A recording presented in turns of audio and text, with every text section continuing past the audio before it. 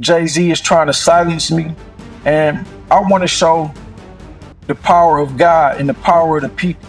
So that's why I'm giving out my phone number. I'm giving out free books. I'm trying to enlighten the public about people like Jay-Z who are put in place to mislead society, to mislead our culture. So I want people to basically stand with me against Jay-Z and whatever this agenda is.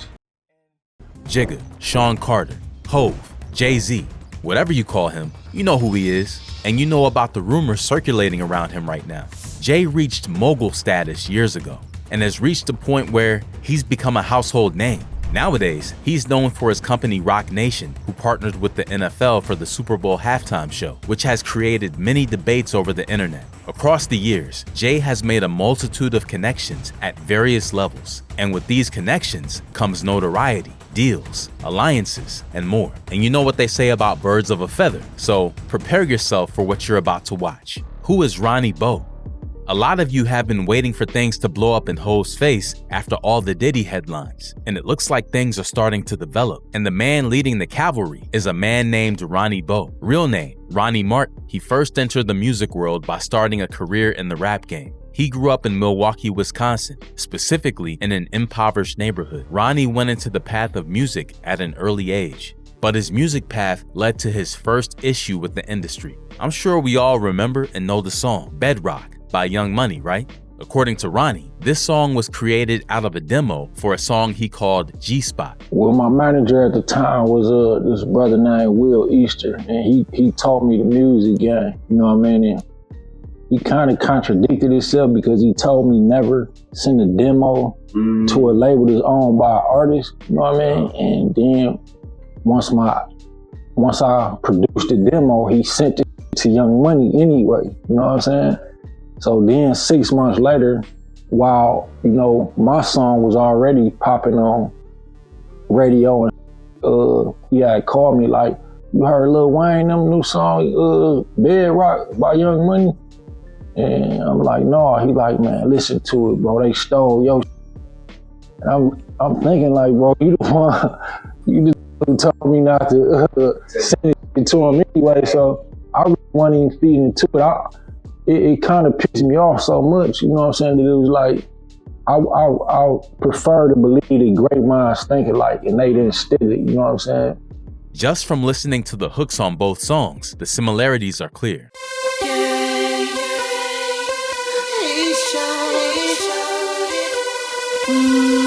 Girl, I'ma work your G-spot till I hear you scream stop. I'm having money flowing, know you wanna be mine. Make the bed, feel your leg.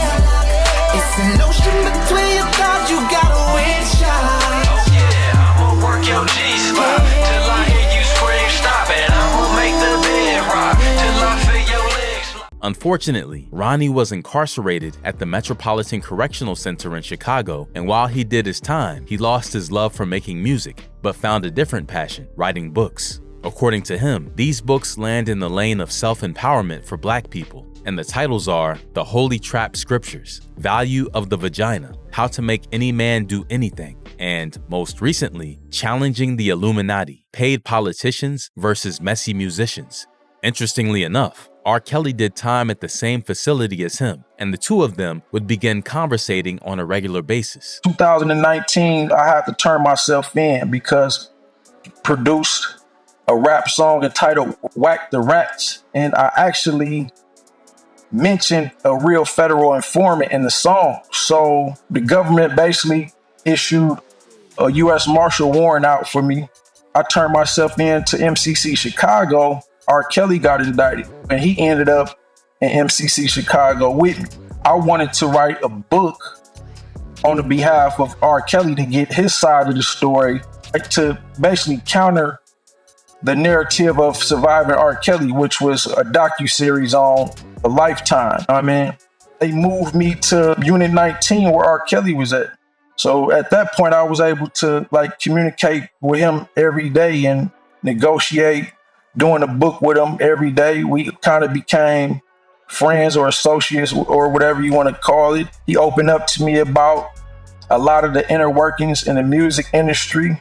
These conversations provided a lot of information for Ronnie Bo, and most importantly, allowed him to draw some parallels and conclusions about why he was shot by a hitman allegedly on behalf of Jay-Z's right-hand man, Ty Smith, and by proxy, Jay himself. Foreman is trying to tie Jay-Z into it. He's saying that he found out that Tyron Smith, who was known as Ty, was Jay-Z's close associate, is the one who paid the assassin or the shooter to shoot me. So they trying to tie this back to Jay-Z and saying that Jay-Z is trying to get me killed for exposing the things that I reveal, which I learned from R. Kelly. The shooting.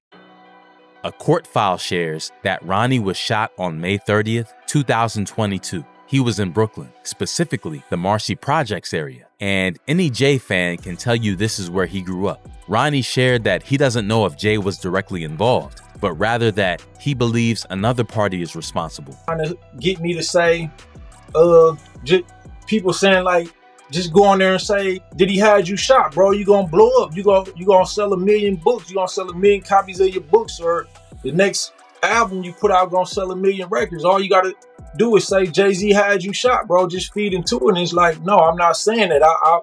I rather believe that the government had me shot, which I truly believe because I have several lawsuits against the government, and it sounds like conspiracy theory, but they the biggest mob. You know what I'm saying? People will believe that that person had you shot for petty issues in the hood, but the government get down worse than that. You know what I'm saying? They behind. Perhaps unsurprisingly, not too much has developed with the case for the shooting itself. Ronnie spoke on how a high-profile figure beating the case for a shooting is not something uncommon either. See, look though, bro, like Diddy been a federal informant all his life, and that was passed down to him from his father. His pops was a federal informant. So, like, I recently befriended Natanya, which is the lady that he shot in the face, and she was saying this. She didn't just start jumping on no bandwagon and start saying this now that Diddy going through all this trauma. She said that the night that she got shot, to the doctor and everybody, you know what I mean? So, I mean, this is an eyewitness. If I'd have shot somebody in the face and I don't work for the feds, I'd have been locked up for that. Diddy been had them connections. He posted did 20 years back then for shooting that lady in the face. You know what I'm saying? And I'm kind of upset about that now because that lady done vented to me and told me all type of things about them and what was going on with that situation. And she seemed like a good person. So I really feel for her. But that shows that like the feds, bro. Like another example, I have a nephew who locked up for a murder right now, right? And a federal informant actually did the murder, but they let him put the murder on somebody else that they want to get locked up. And it's probably because of me and the lawsuits that I won against them. Then I have another associate, Dante Rousey. He locked up right now for 4 murders, bro. 4 homicides. He doing like 4 life sentences for this right now. And a federal informant did these murders, but they allowed the informant to put the murders on my guy Tate. So it's like that goes on, bro, on a small level and on a major level, like with Diddy and them. He a federal informant, so he shot this lady in the face, but you tied in. So okay, let's put this on Sean, and what she saying, Sean had a gun too. You know what I mean? But let's put this all on Sean, and you don't have to deal with this situation. You know, pay a lawsuit, whatever, but you won't do no time. During a recent run of interviews, Ronnie has name dropped Jay-Z, R. Kelly, and Diddy. If you've kept up with the news, you're well aware of the current situation Diddy is going through. R. Kelly went through a similar situation in the past few years. But if you're old enough, you're aware his first situations like this happened back in the 2000s. Jay is not a name we associate with the behavior of these two men. Well, not at first. Just in the past few days, a lawsuit was filed against him in the case of him and Diddy. There are more sex assault accusations connected to the case against Sean Diddy Combs. The latest involves hip-hop mogul Jay-Z, who issued a vehement denial. This morning, a blistering response from Jay-Z after he was accused of sexually assaulting a 13-year-old girl more than 2 decades ago. The billionaire hip-hop mogul was added to an existing civil lawsuit against Sean Diddy Combs, citing an alleged incident after the 2000 VMAs, where the victim claims she was drugged and assaulted by both Diddy and Jay-Z while a third celebrity watched. The judge has actually agreed that the victim can remain anonymous and that the case can proceed. So there seems to be a little bit more to this case. Jay-Z vehemently denying the claim, writing, "These allegations are so heinous in nature that I implore you to file a criminal complaint. Whomever would commit such a crime against a minor should be locked away." Also saying, "My only heartbreak is for my family. My wife and I will have to sit our children down and explain the cruelty and greed of people.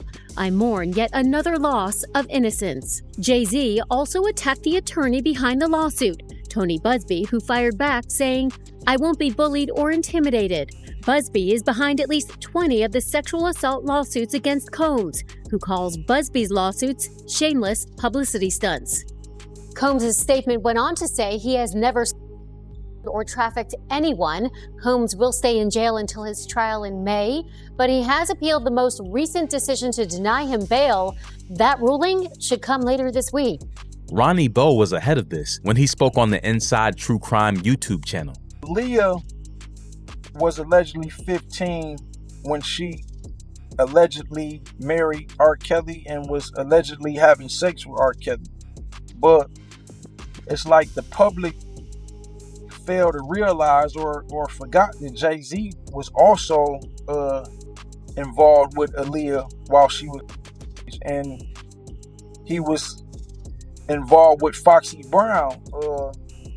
One of his first biggest hits was with Foxy Brown, and she was 15 while Jay-Z was 27, and he was allegedly having sex with Foxy Brown while they were saying that R. Kelly was having sex with Aaliyah.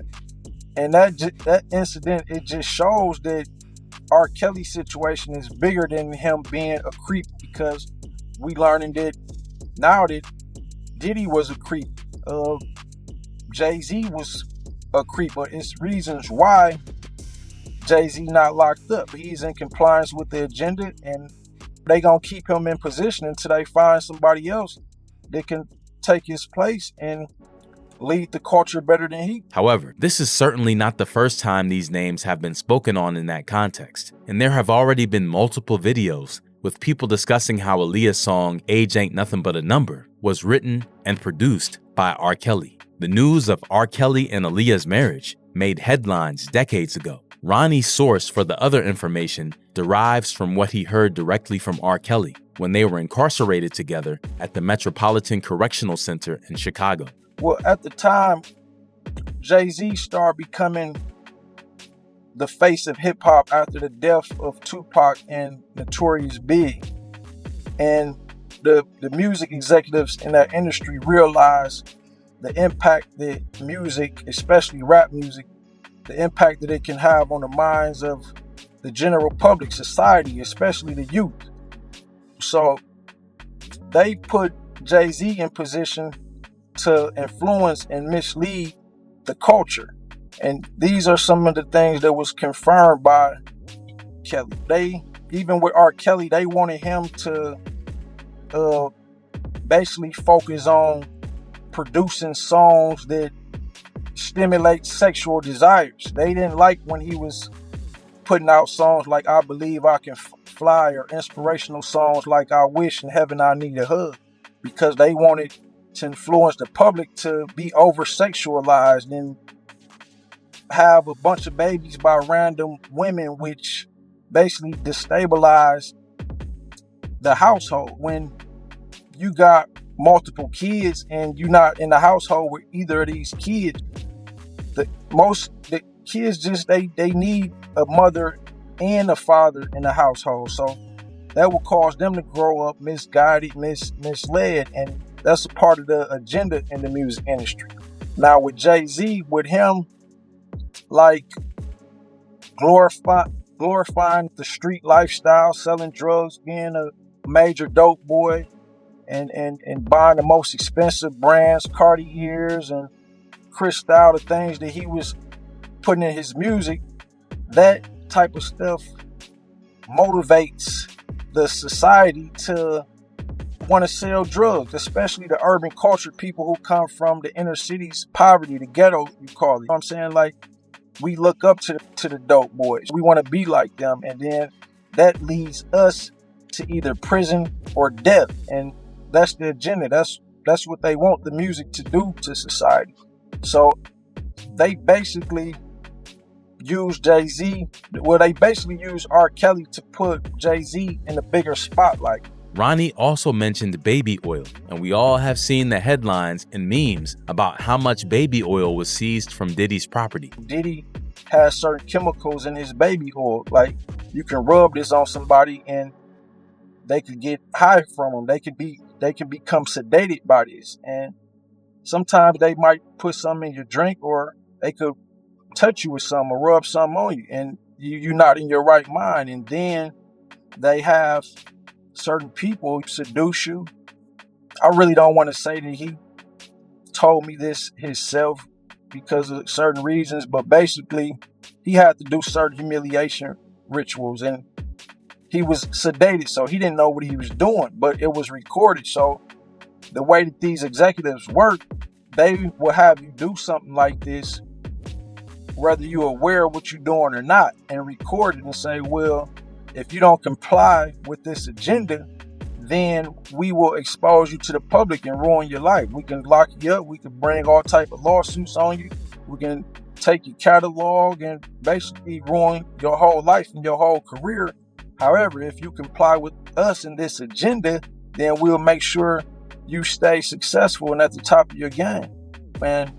And Gene Deal, Diddy's former bodyguard, spoke on the oil specifically too. So my whole thing about it is that there was something in that other than baby oil. That's why they took all the bottles. And 9 times out of 10, if I would give it a wild guess, it was, and like some of the people told me, it was probably that GHB. Oh, here it go right here.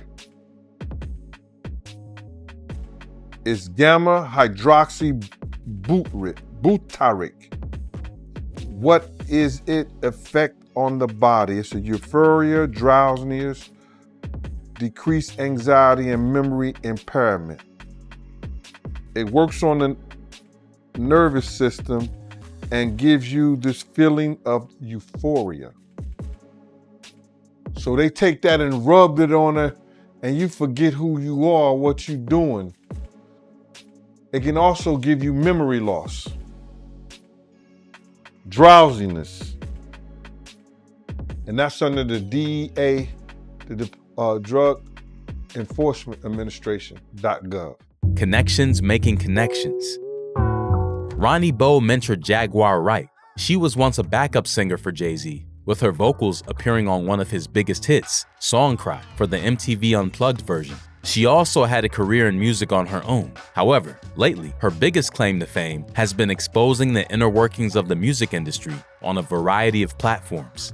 She spoke with Piers Morgan in October of this year. Harvey Weinstein, Jeffrey Epstein, Robert Kelly, Sean Combs have one person in common, professionally and privately: Sean Carter.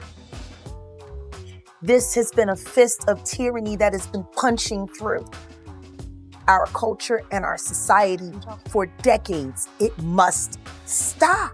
Ronnie Bo shared in his interview that Jay-Z's team contacted Piers Morgan's team after Jaguar Wright was on his show. Jaguar Wright did an interview on Piers Morgan's show, and she was talking about some of the information that her and I both share on the Piers Morgan show. And then Jay-Z reached out to Piers Morgan through his lawyers and had Piers Morgan delete the video before it went viral. And they actually tried to sue Piers Morgan for these things.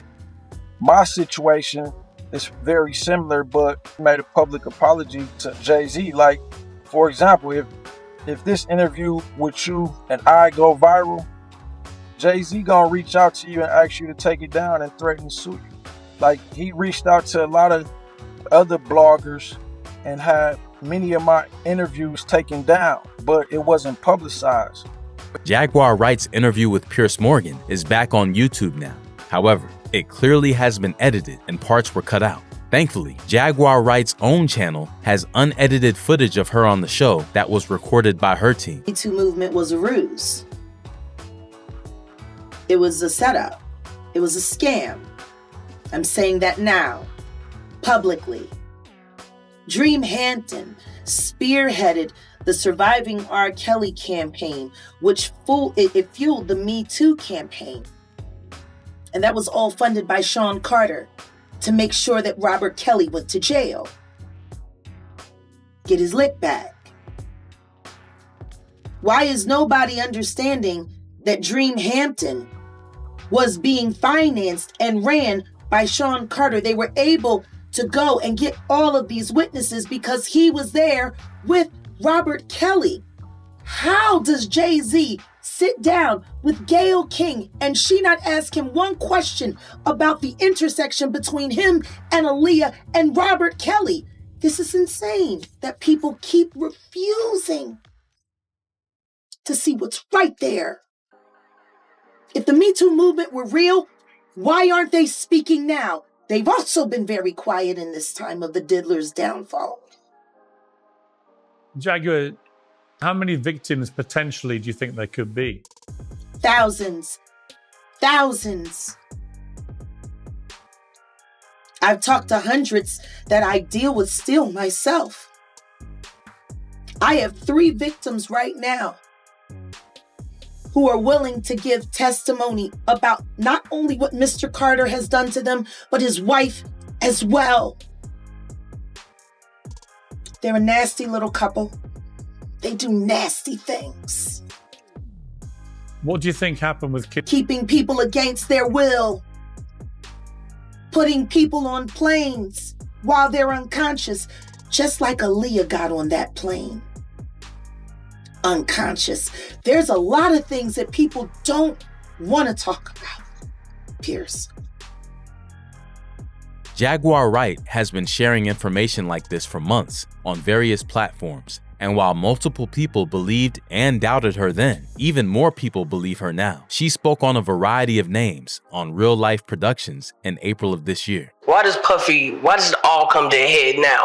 Why now? Why? Because he's the acceptable monster at this time, like R. Kelly was the last time I sat on this couch. So who's next? Y'all don't see the lineup? Oh, yeah, no. Yeah, we see the lineup. I'm just waiting to see who's next. Jay-Z is setting Diddy up. Why is everyone having such a hard time?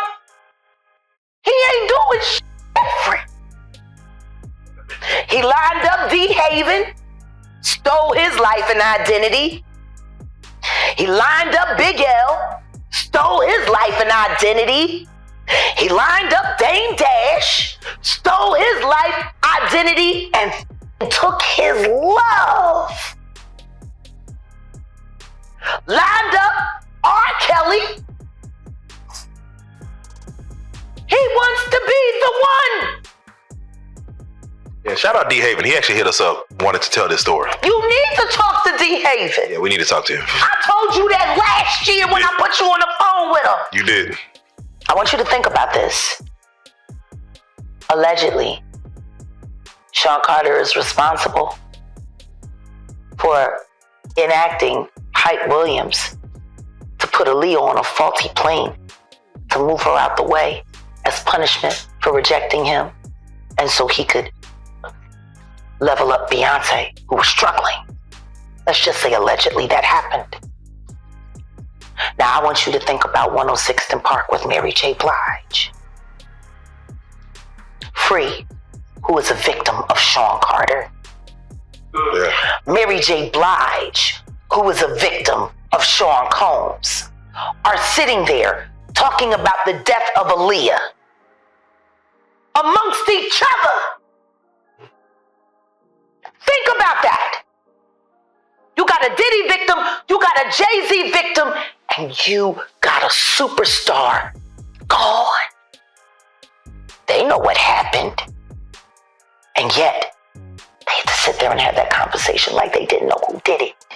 Ronnie Bo and Jaguar Wright are not the first people to speak on celebrities doing illicit activities behind closed doors, and they will certainly not be the last. Cat Williams spoke on a variety of names at the beginning of the year and said that all these things would come out this year. All of these big dick deviants is all catching hell in 2024. It's up for all of them. It don't matter if you Diddy or whoever you is, TG Jakes, any of them. All lies will be exposed. That's all.